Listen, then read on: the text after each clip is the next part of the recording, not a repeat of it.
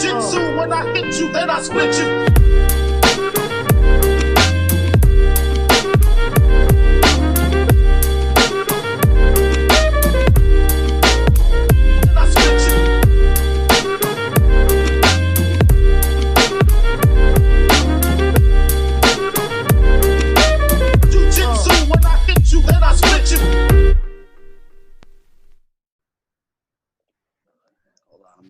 Ready?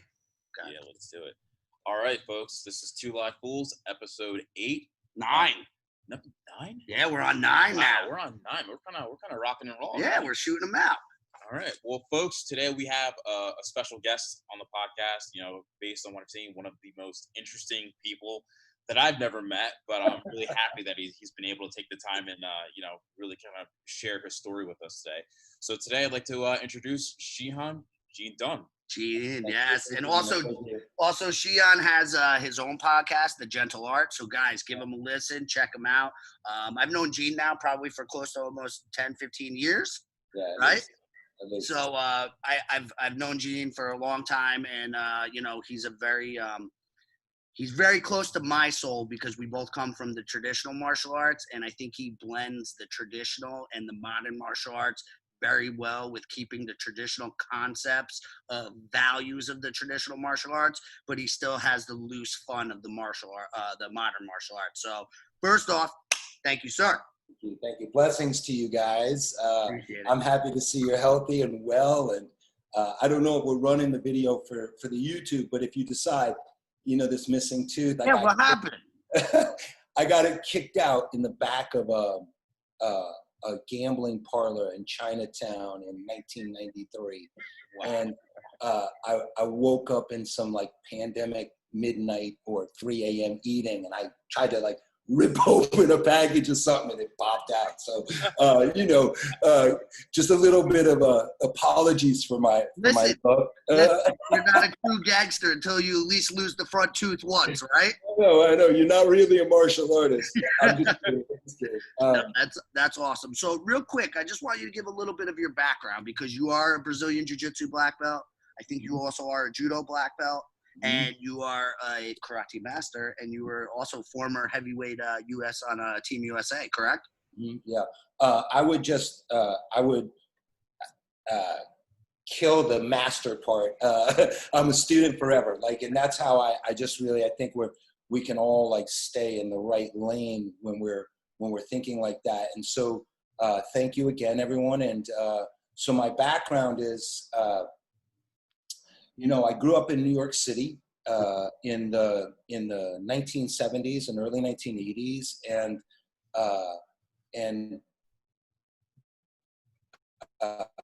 coming from a broken home, and my mother worked 80 hours a week, and basically I took care of myself since I was about 5 actually, and I was kind of I've been running the streets since then, getting into trouble, lots of trouble, and when I was 12, I was suspended from school because the dean found a joint in my pocket. And my mother came to school, and for my mother to come to school, that was a really big deal. It was not good, and we had this big fight, and I ran away from home, and then my brother, who was the youngest man in history at the time to get a PhD in particle physics. He's a super genius. Was doing a fellowship at a lab in Chicago, and he came. I guess my mom called him. We were having trouble, and I was out of the house, and he came, and they decided that I was going to go live with him in Chicago. Okay. It was I was really in bad shape, and so. My brother was a brown belt in karate at that time. There was a few scientists, 2 black belts, and a brown belt, a green belt, and a white belt, practicing in a little shack. That's how it was. I'm not joking. It was a little shack that they had dedicated for the practice in the back of this laboratory, had no heat, had no water, and and it was tile floor, and he brought me there, and I started practicing karate. Mm-hmm. And in those days, like a karate black belt, like, Drew, I don't know when you started, but like, there was a time when it's still kind of prevalent, but there was a time in Brazilian Jiu-Jitsu when like a black belt, like there was only maybe 100 in the world, and like they were revered. Like you're a Brazilian Jiu-Jitsu. So in those I used days, to say the same thing about a purple belt. Like when I first started, if you were a purple belt, you were like God. Because you were like, you knew. I knew the first 2 East Coast purple belts. Yep. Tommy Caruso and Chris Schaefer. Okay. Were the 2 first purple belts, both of them from New Jersey. And they were gods, man. They walked around and people were like, oh, like listen,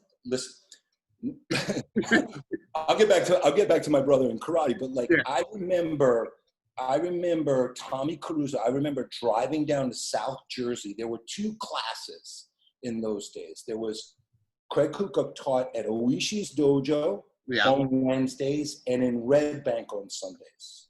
And I used to drive from Brooklyn to Red Bank 2 hours for like a 9 a.m. jiu-jitsu class. Yeah.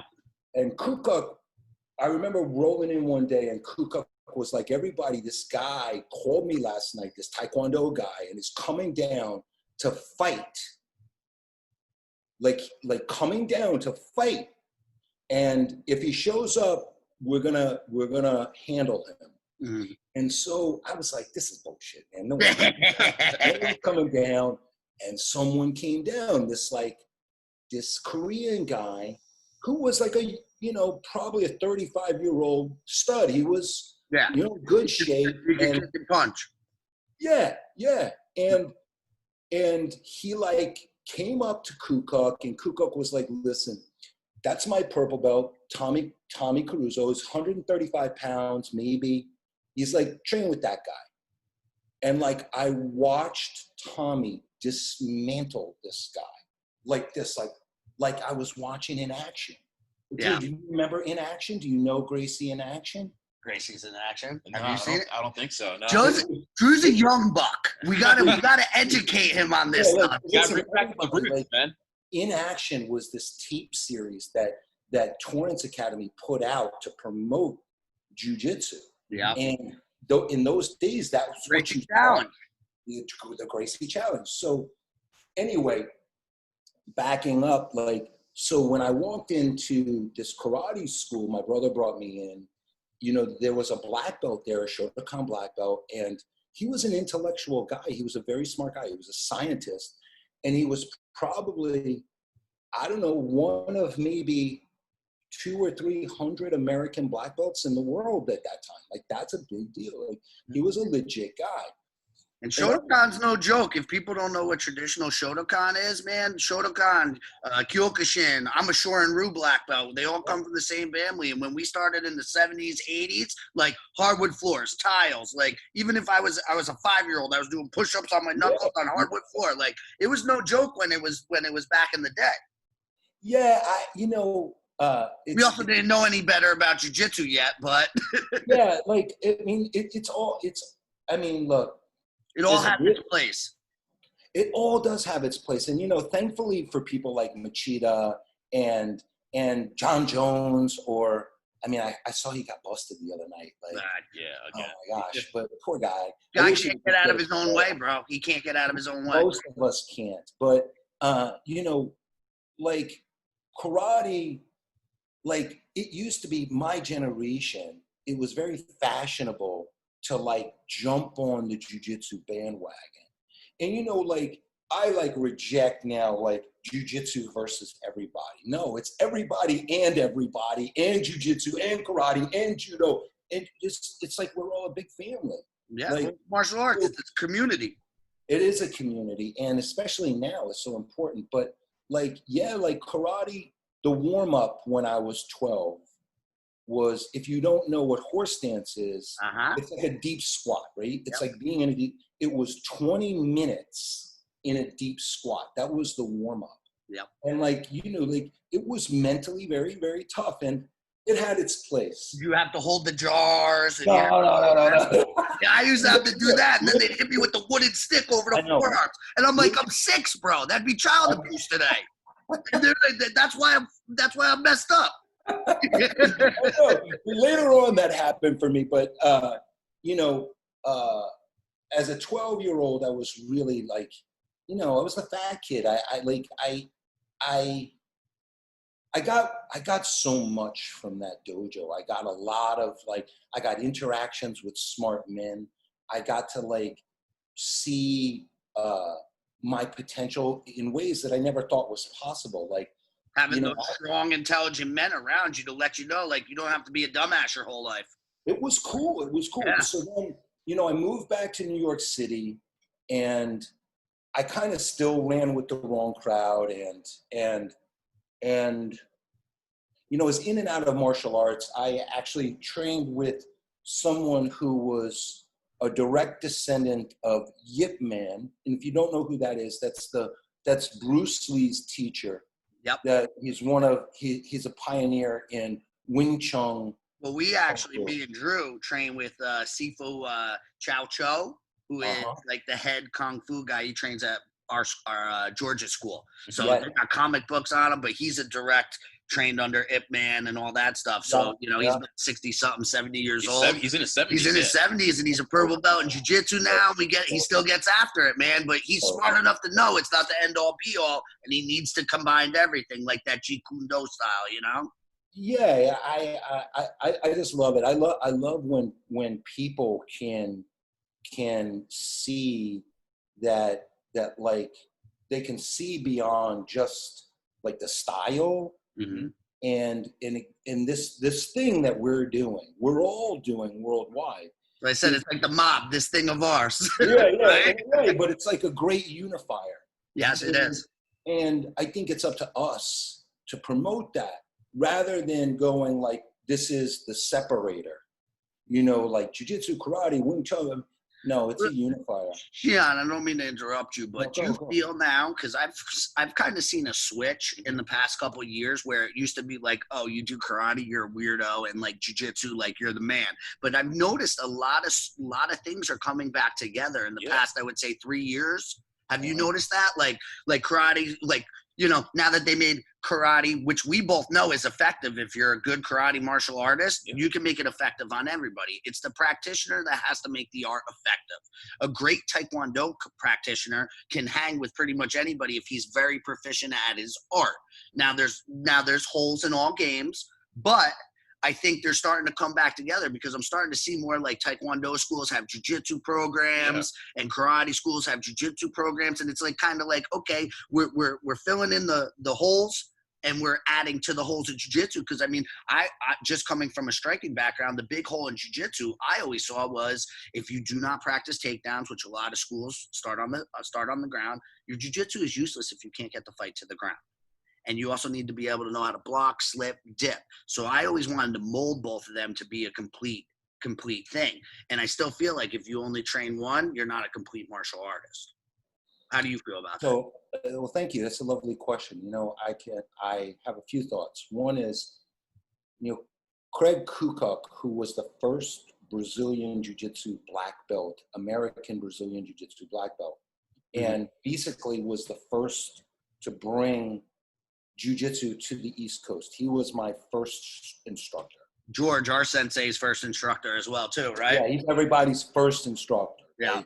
On the East Coast, all roads lead back to him. Mm-hmm. But he said very early on, he said to me something I'll never forget. He said, look, there'll be a day when everybody knows jiu-jitsu. Mm-hmm. And the thing that will distinguish you in a fight will be your stand-up. But until that day comes, jiu-jitsu's king. Jiu-jitsu's going to run the house. Yes, sir. And I think that that's still true in some ways. But, to answer your question about Taekwondo, listen. Hey, hold on one second. Don't go nowhere.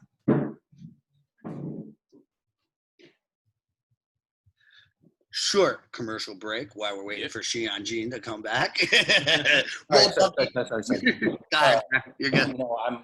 right now I'm focused on a lot of painting as part of my practice. I know. So you're a Renaissance man. You're a modern day Renaissance man. That's how I literally described it to Drew. I'm like, he's a modern day samurai. Yeah. He's a Renaissance man. He works on his calligraphy, still breaking necks, doing his thing, like being intellectual, doing his meditation. Like, you're a modern day Renaissance man. Thank you. You're very kind. I try. Not always, so don't get ahead of yourself on that one, Sensei. You know, while the previous Kukuk story involved a Taekwondo guy, like, rest assured, like, I trained with the first Olympic gold medalist. Mm-hmm. And to stand in front of that guy is maniacal. It's like scary. It would have been like training with Gordon Ryan right now. Like, yep. You know, like, make no mistake, there are big fish out there that'll knock anybody out. Uh-huh. And, you know, like, for me, I like that. And, you know, I think it's one of my missions as now a kind of mature, wiser statesman of the martial arts, if you will, mm-hmm. To promote unifying us. Like, I think it's important for us as martial artists. I think it's important for us, especially now as human beings. Like, the message is out, man. You got it. Like, it's about unity. It's not about separation and segregation. And so I really like where the martial arts is going. Where I would take issue is that there are people out there that don't want to do jiu-jitsu, and more power to you. Like, and if you ask me, look, there's going to be a day where all of us are in our 70s and 80s and hopefully 90s. And, like, you're not going to be able to fist fight a guy that's in his 20s or 30s. It's just not going to happen. So what does the practice offer us in the entire arc of our lives? So some of these arts, Aikido, for instance, I used to laugh at Aikido. Steven Seagal can kiss my ass. Like, but like, if you read Weishiba's stuff, if you read the underpinnings of the art, it offers the human mind a pathway for overall growth. And that's, like, really important for us too. You know, in fact, I also practiced Aikido for 4 or 5 years, so I understand what you're talking about. It's beautiful. I was young, I was arrogant, and I was ignorant. But, you know, the one thing I love about jiu-jitsu is, and I don't think that, like, judo has it, karate does not have it, doesn't mean I'm knocking karate. It doesn't mean I'm knocking kickboxing. But the one thing that judo has for the intellectual mind, and someone who's got some morality, some care, some humanity left inside of them, is that you can literally subdue someone and not hurt them. Mm-hmm. Like, you have that choice every step of the way through the fight. And the older I get, the more I'm thinking about the consequences. Like, I no longer think that it's cool to, like, hurt somebody. I used to, because I was angry. I had so much, like, you know, I had so much shit inside of me that was I didn't reconcile it. But the older I get, the less I want anything to do with that. So I agree with you 100% on that, because I can even say, as myself, and just knowing you for many years, you are a way different person from the day I met you to now. And your maturity and my maturity, like, we were just talking about this yesterday. Yeah. I'm like, 37-year-old me would kick the shit out of 27-year-old me. Yeah. It's what's that thing? It's a sin that youth is wasted on the young or something. Yeah, like, because like, if you knew what you knew now and you could apply it and be able to put in there, the world would be a different place. Yeah. Listen, I don't even want to say my age, bro. Like, when I was born, the world was still in black and white. Like, there was no color. Like, you know, rocks, you were just coming out. Flowers just blooming. Listen, I would kill the 25-year-old man. At whatever age I'm at, right? Yeah.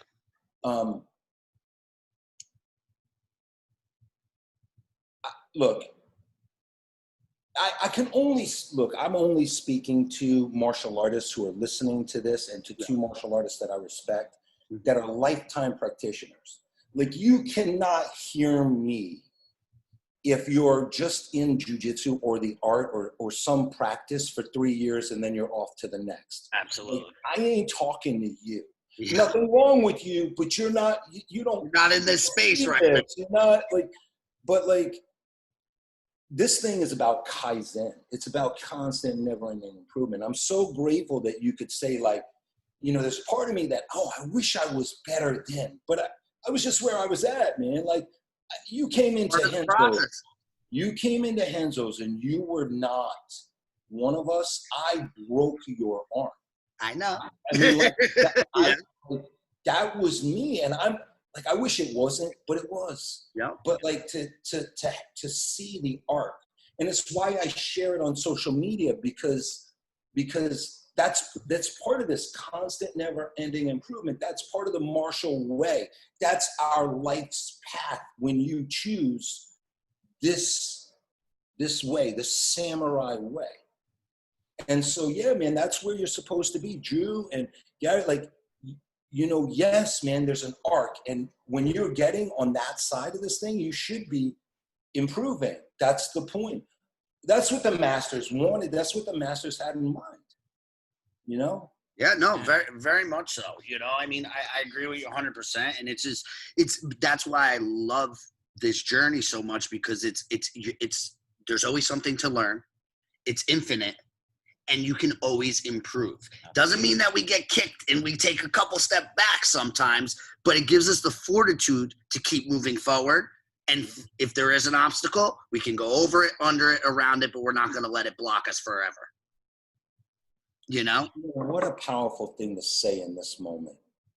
Like, what a powerful message to give out in this moment. What a powerful, like, vehicle that we're all so privileged to engage with, in art, to engage with for so many reasons. But like, yeah, man, look, if you're out there and you're listening and you're feeling, and I've said this before, like, I get depressed.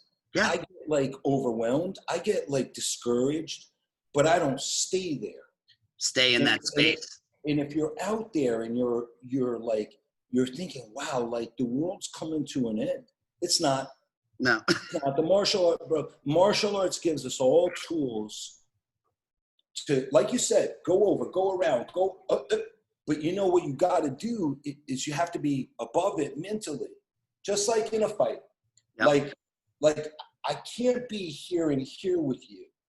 I can't solve all my problems eye to eye. I got to be a little bit above. Yeah. And then like, I can like, oh, this is what this guy is doing or this girl is doing. And, oh, she's stepping this way and she's going to catch me. But I got to be a little bit above it. We have to be above our problems. We have to be above these challenges. We have to know. And I think this is really what gave, you know, what judo and karate and kickboxing, like, man, I've been kickboxing for, you know, years. Muay Thai, like, I was there at the inception of the Renzo Gracie Muay Thai, you know, group, like, that's crushing it right now. Like K1, they're crushing it. Yeah. That's what all of it gives us.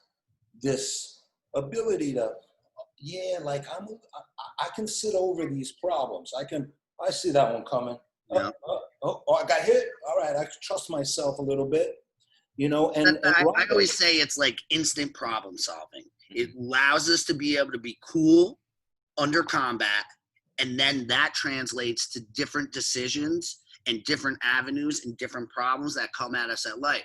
Like you, exactly how you were moving. Like, oh, that problem comes, I slipped that one. Oh, I took that one on the chin. Next time I know when it's coming, don't take it on the chin. Slip this way. Oh, I'm going to dip underneath. Okay, good. I'm going to parry. I'm going to move. And it allows us to get that mindset to everyday problems. And I think that's why, excuse me, I said the other day, it's hard for people to understand our mindset because we're not built that way, where every problem is going to stop us and every problem is the end all be all. We're always looking for that solution to answer the problem. So when people keep giving, you know, especially nowadays, people just keep giving you problems, and everybody has their input, right? Everybody's got their voice, but who's offering the solutions? Yeah. And that's what I'm always looking for. You know, Brian Glick said something, by the way, everybody listening, that's one of the best guys. I've said it for years. He is the hidden assassin and one of the best jiu-jitsu practitioners I've ever trained with. but he said something about rigid flexibility. And, you know, like, and I think that that's one of the things that's at the essence of jiu-jitsu is that if you're a good practitioner, like if you're really, like, you want to be at the highest level of this thing. I mean, I still do. I don't know if I am, but, you know, regardless, you have to kind of operate inside of an overriding principle. Mm-hmm. Danaher talks about inside control. Yeah. Inside control is something that just does not fail you. Yeah. Whether it's raining, whether it's shining, whether there's a pandemic, whether there's money, whether there's not money, whether the guy is big or the girl is small. Like, yep. Like inside control is an overriding principle that if you abide by it, you stay safe.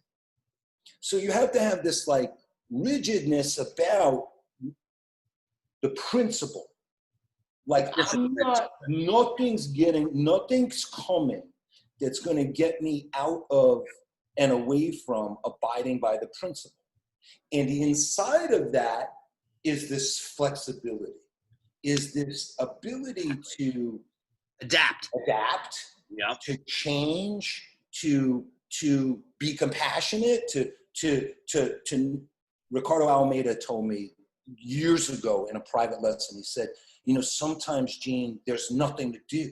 Like, the guy is going crazy, and if you just do nothing, he falls right in front of you. Like, it's like one of those helicopter fireworks. It goes, yeah. It stops, it's done. And you know, I never forgot that. Like, it was like sometimes, like, you just, yeah, go ahead, do your thing. Like, I'll be here. I'll slow you down, and then once you slow down, I'm going to go to work. You're done. Like, yeah. You'll be in an arm lock or a triangle, probably. So hopefully, right? yeah, you know, or something, right? Yeah. But you know, I want to bring forward this question to everybody listening. Like, are you being flexible now?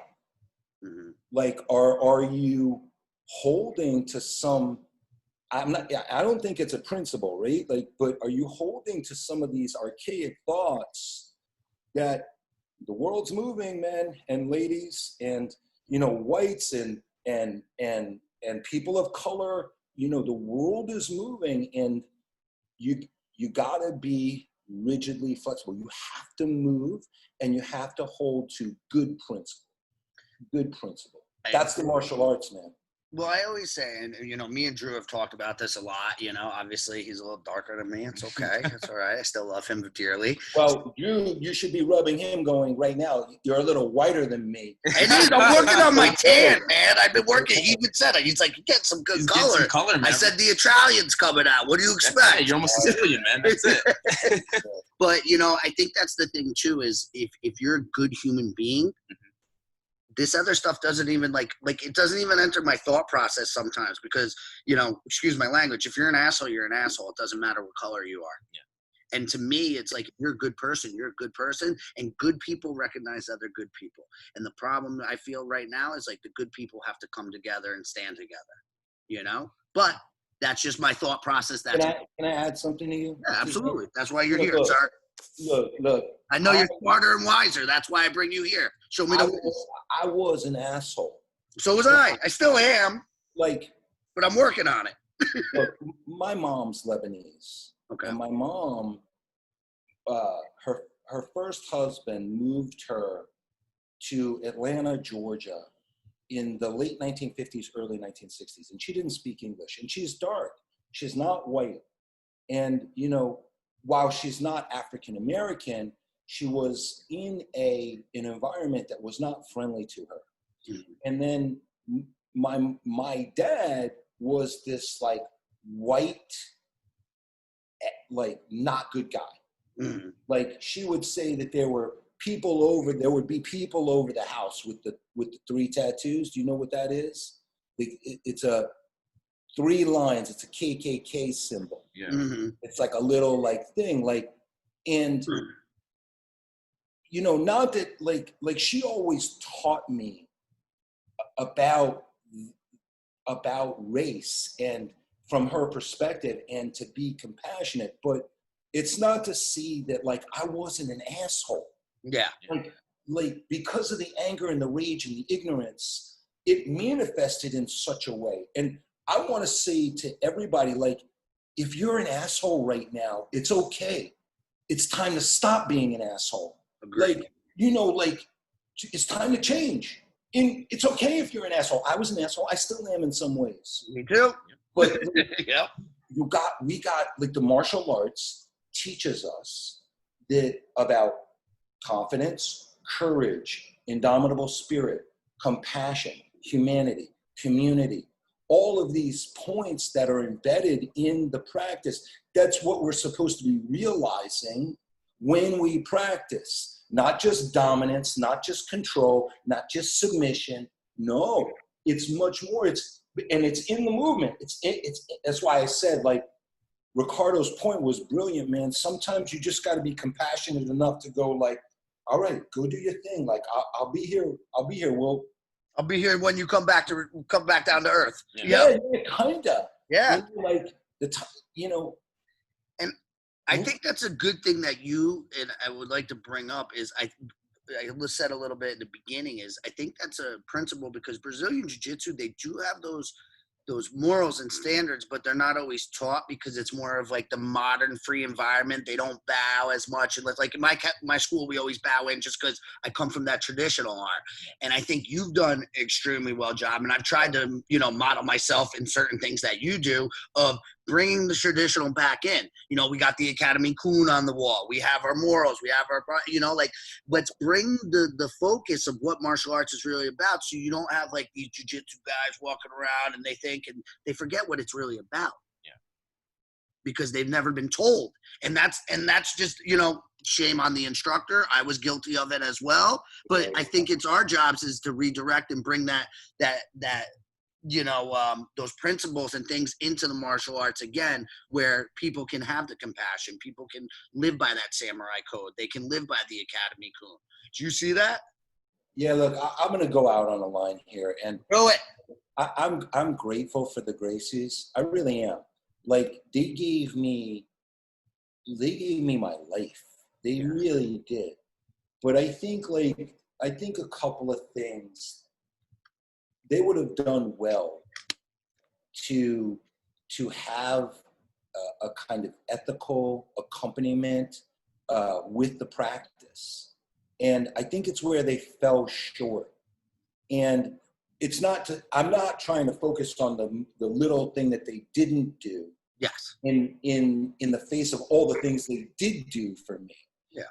But like, we're talking about something very specific, right? Exactly. And, you know, look, what I understood is the old man pitted the brothers against themselves.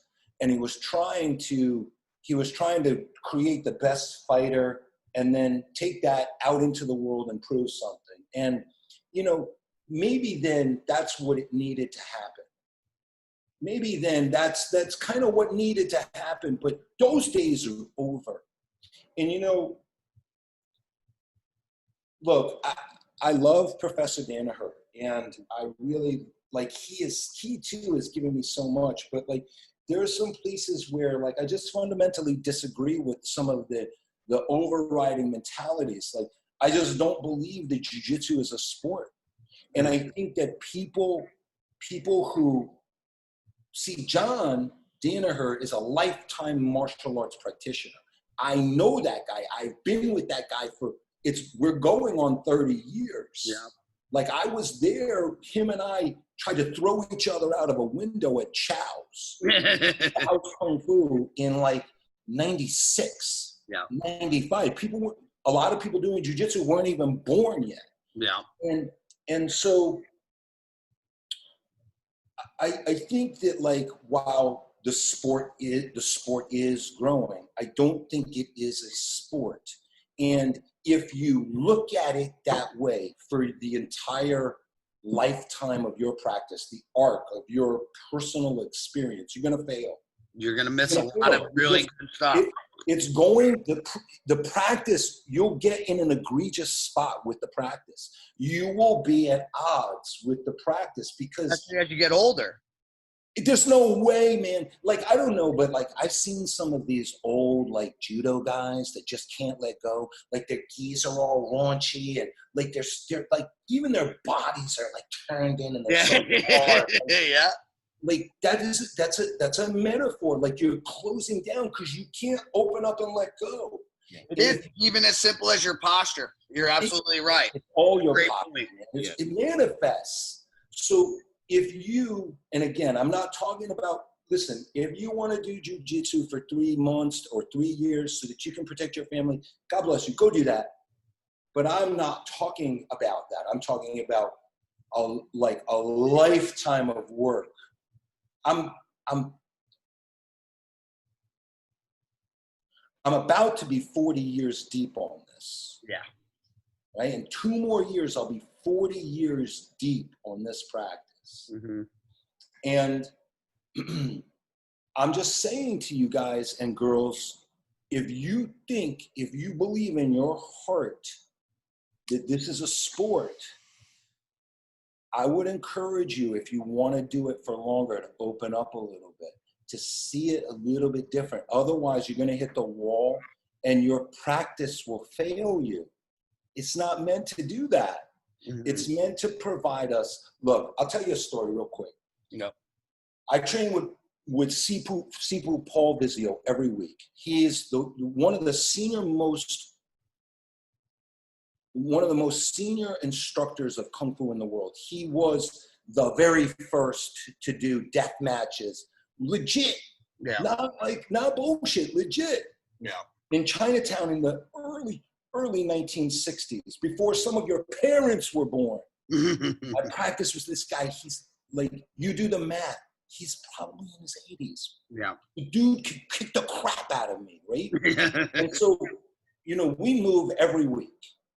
And it's a real privilege. And what's more the privilege is to sit with the guy, like, one-on-one, and nobody gets to do that. Like, people really, like, they don't like me for that, but whatever, that's another story. But, he said to me, like, when he was a kid, he would ride the bus in Chinatown looking for old dudes to roll. He was going to roll them. He was going to rob them. Yeah. And he said, like, there was inevitably 1 or 2 that, like, were sitting there, and they were old and decrepit, but they had this thing about them that he would not mess with. And he was like, my goal is to be like that. Yeah. How am I going to be this dude that, like, gives out this energy when you're 80, 90, 100 years old that nobody would even think about messing with you? That's a great. Listen, it may not be possible for me, uh-huh. but it doesn't mean I'm not going to try. Doesn't mean you're not going to strive towards that. Of course. What else do I got to do? Like, I mean, you know what I mean? Like Kaizen, constant never-ending improvement. So how do I get to the next place on this? How do I get to the next rung on this ladder? How am I preparing for the next phase? Eventually we're going to have to transcend it all. Yeah.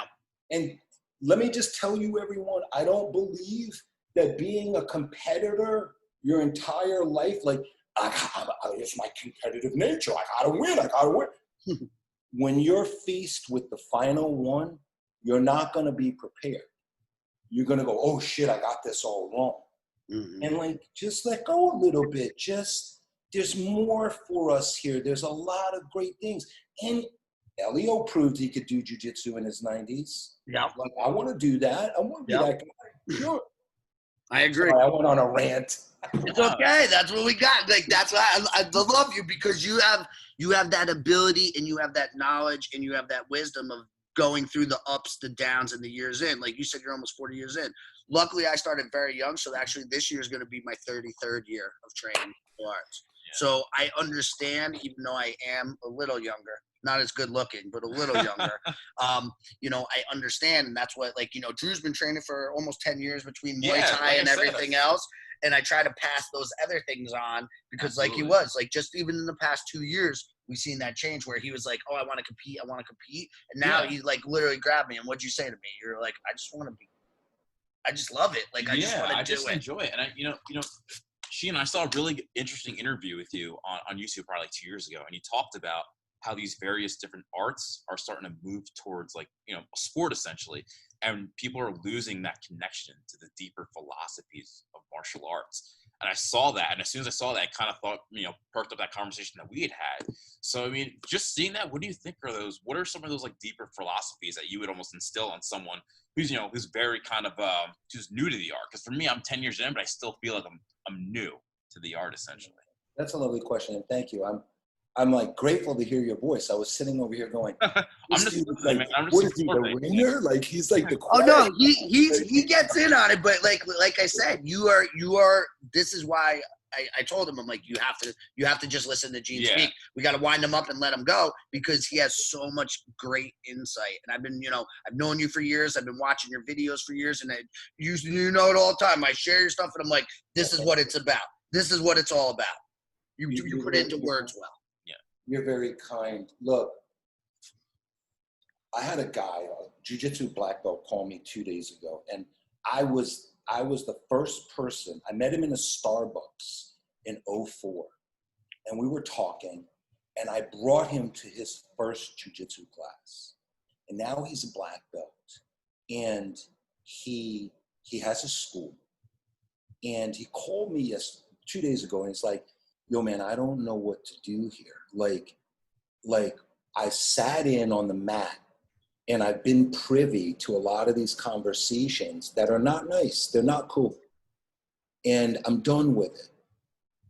And I don't know how to tell the people in my life that, like, they're my jiu-jitsu brothers and sisters, that, like, I'm done with the racism.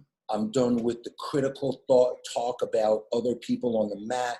I'm done with the violence. And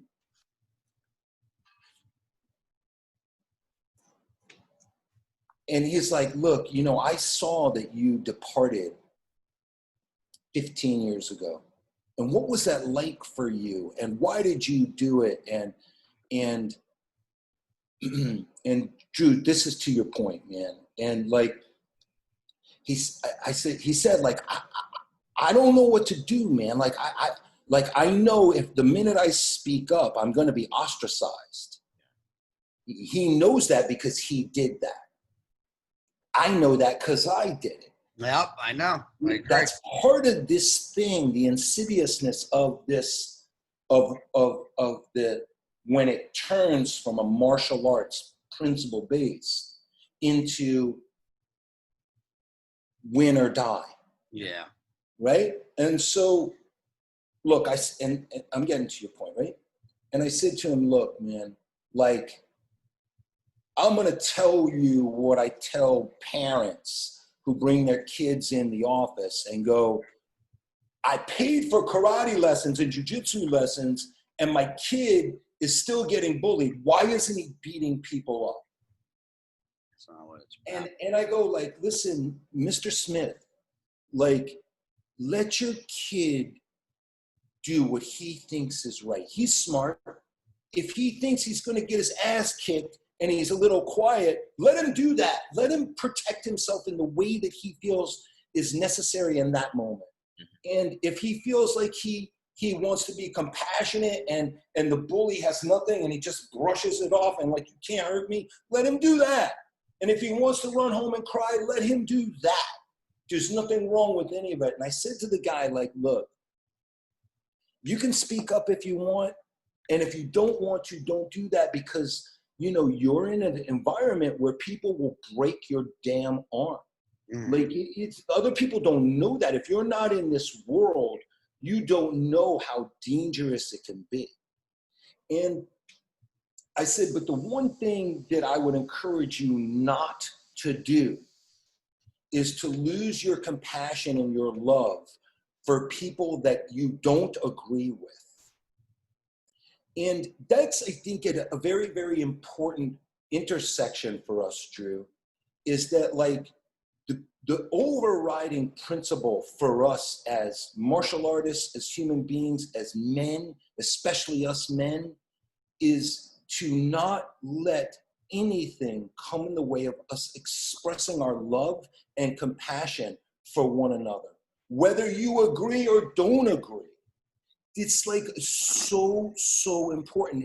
And you know, this is why I love jiu-jitsu so much, man, because it works.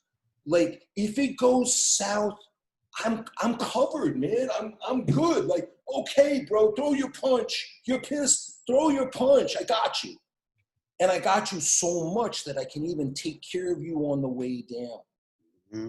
And, you know, I don't know why he called me. I don't know if he was, you know, if he was trying to align himself and create a new allegiance because he felt vulnerable. I don't know if he really like is like, it's time for him to make a stand, and he's looking at an older person, a wiser person who like couldn't do it anymore and stepped away and went, you know what, I love you guys, but I ain't doing this no more.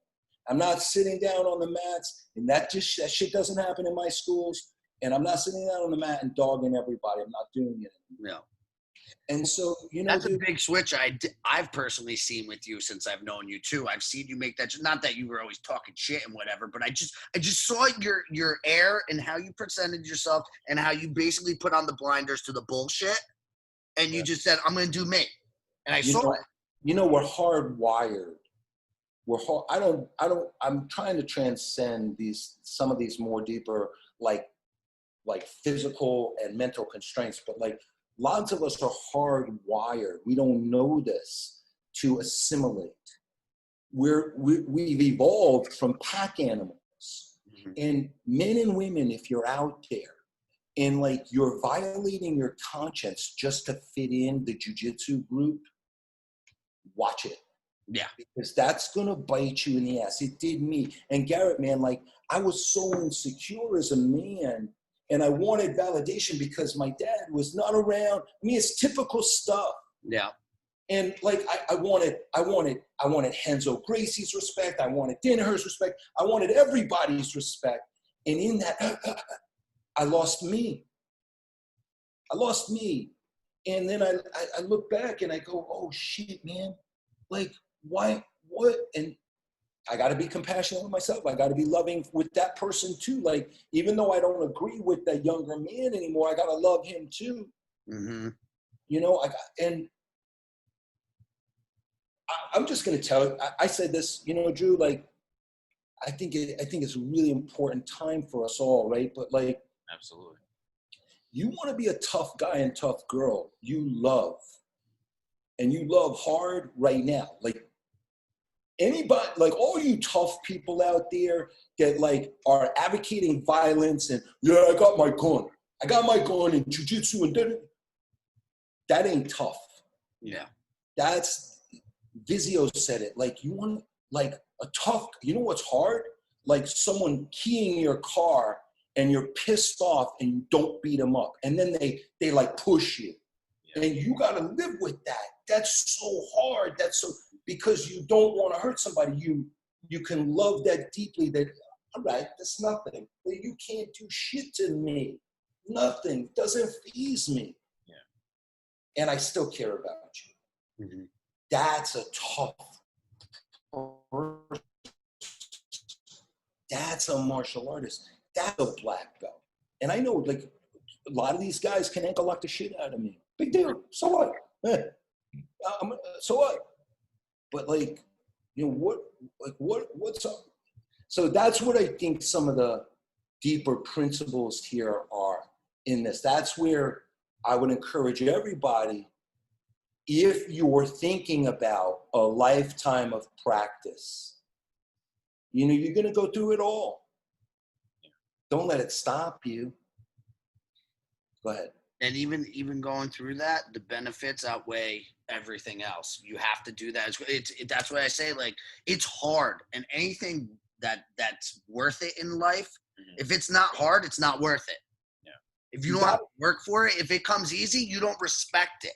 Yeah, man. So when you have to put that nose to the grind, you have to get kicked, get back up, get kicked, get knocked back 3 steps, and still going when you make that jump to the other side. And it's just the other side for a little bit because then that hurdle comes there. That's right. But you appreciate that and you take that longer, and it allows you to be into those, You know, Garrett, one thing I love is like this idea that there's a mountaintop. Like I'm going to cross my feet and like gas is going to come out of my ass and I'm going to levitate to get to like the mountaintop. There is no mountaintop. just the hill. Yeah. That's all there is. Just the constant hill. That's it. And you got to embrace that. And it's the hardest work, man. And it's the best work. Yeah. I look like I want to say something there, Jerry. No, that's, I just think about, just in the current climate, I think, Gary, you and I kind of go back and forth about this. I mean, one thing we always emphasize, is when you walk onto the mat, whether it's jiu-jitsu mat, karate mat, you have all these different folks from all these different walks of life, different socioeconomic status. And, once that bell rings, that buzzer rings, everyone's instantly equal. Yeah. That's why I think we get that written. Like I said, walking into Henzo's is like the United Nations. Yeah. Some people aren't even speaking English, and I think that's why we've spoke about this many times, right? Like, and we see that even like last night. You look at everyone. There's only 10 of us on the mat, but none of us were alike at all, and it's so hard. And I wish I could just kind of package it up and just kind of give it to everyone and just be like, listen, just give this a shot, and you could see all that bullshit, all that hate, all that extra stuff that's not really adding value to your life just immediately just kind of melts away. And I wish I could just kind of just send it to someone and be like, listen. Just on the mat. I mean, black, white, Greek, Spanish, men, women, Christian, not Christian, like, and we're all cool. Yeah. We respect each other. We get to see each other's souls on the mat. What's interesting to me is that now this moment calls for change. Yeah. And so I'm not advocating, I am advocating peace and I am advocating harmony, but I know that this is a time where people need to speak up. And I think, Drew, that where we're most effective in that speaking up is what you're talking about, is in that unity. Yeah. That we are, look, am I talking too much? No, you're great. You're good, man. What a question to ask on a podcast. You're fantastic. We're good. Look. I saw this thing. I saw this thing out there, and this is going to ride the line, but this is real for me. I saw a post by someone who was like, tag yourself if you're a Black business owner on this so that we can avoid breaking into your business. And I thought to myself, oh my gosh, I slept in my karate school for 2.5 years. I was homeless because I had no money. I had no resources. I had no family to support me. And in 1994, I opened that first school. You do the math. I've been a small business owner and supported other small business owners. It was me who helped Henzo Gracie. It was me who helped Baja Gracie. It was me. And it was George Cernak, your instructor, who helped me. So, I thought to myself, oh, shit. This thing, is turning back in. The people who are resisting and speaking up, if they're not mindful, will tip onto the other side and be the thing that they are fighting against. Wait for it back on itself.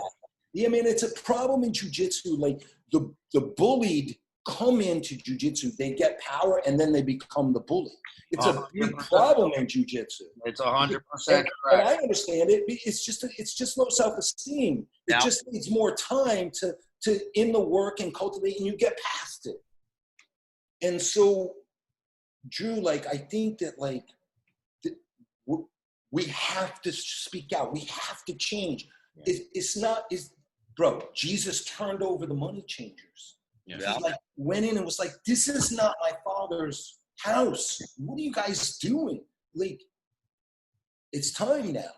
It's time to speak up and speak out." You have to give that peace and love, but you also have to fight for what is right. And but like, and to your point, Drew, is that the unity that we experience on the mat will guide us in the right direction to deal with these very complex social issues. And you're right, dude. Like, give it to everybody. Yeah. Like that mat. That's why it's not a sport. Sport, you win and you lose. There's a winner, there's a loser. We're not unified. Fundamentally, it's erroneous. You're never going to be unified. There's always going to be the best, and then there's always going to be the worst. In a real jiu-jitsu school, everybody's unified. And when we're unified, we can have compassion, and we can see each other and effectively solve the problems. Effectively. Like, go burn my business.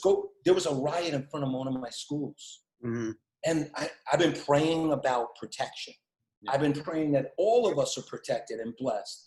And not one brick went through the school window. Thankfully. Well, that's because bad motherfucker owns it.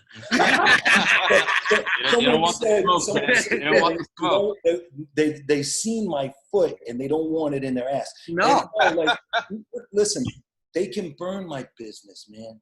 I want change. They can have it. They can't burn the good that I've done in the world. They can't burn the good that I'm going to do in the world. Yeah. Change needs to happen. And the real martial arts school, real jiu-jitsu school is about unity. And we're all together. It's not about I'm the toughest guy in the world and I can beat everybody, so you pay attention to me. No.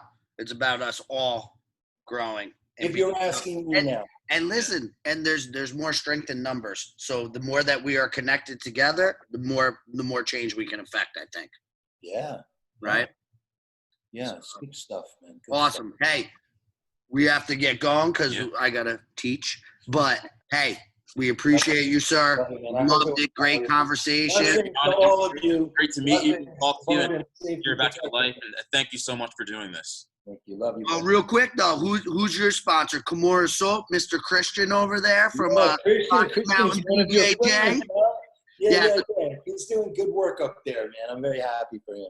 Yeah, Christian trained by us over at George's. I've trained with him for like a year and a half. He's a great human being. So, guys, check out Kimura Soap. Mm-hmm. I know you can check out the Gentle Art podcast. He's got Instagram, YouTube, all that stuff. And then our sponsors, RollJunkie.com.